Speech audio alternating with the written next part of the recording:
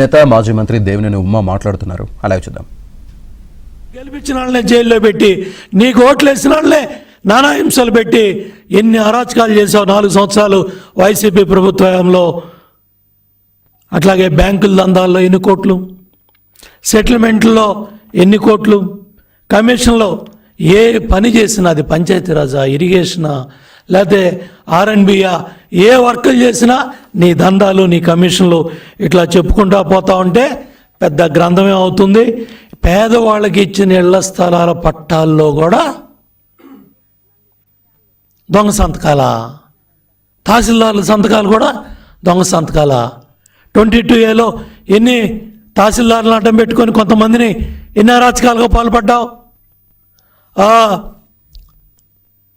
Outer ring road, కొత్తగా వచ్చే outer ring రోడ్లో ఎన్ని దందాలు, ఎన్నిటికి పాల్పడ్డారు. ఆ గుడివాడ గుట్కాగాడు నువ్వు కలిసి,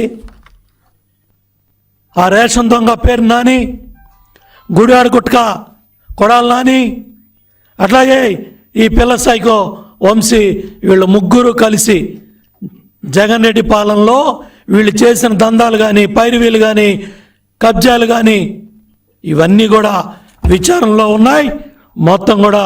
మొత్తానికి వీటన్నిటికి కూడా మూల్యం చెల్లించుకోవాలి. వీటన్నిటికి కూడా సమాధానం చెప్పే రోజులు దగ్గర పడ్డాయి. అన్నీ కూడా బట్టబయలవుతాయి.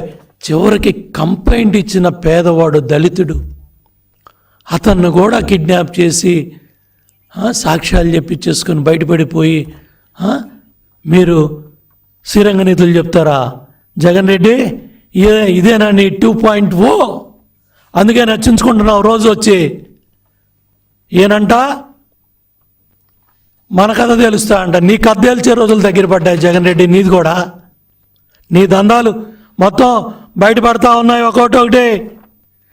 నిన్ను నమ్ముకున్నాళ్ళు నువ్వు నీ కళల్లో ఆనందం చూడటానికి, నీ కళల్లో పైచాచిక ఆనందం చూడటానికి ఏ అయితే బూతులు మాట్లాడించావో, ఏ అయితే దందాలు చేయించావో, ఏ అయితే కబ్జాలు చేయించావో, కాలగట్లు కొట్టేశారు, కొల్లగొట్టేశారు, కోట్లు పడగలెత్తేశారు. వీళ్ళందరూ కూడా కటకటాలు పాలయ్యే పరిస్థితులు ఈరోజు బయటకు వస్తూ ఉన్నాయి.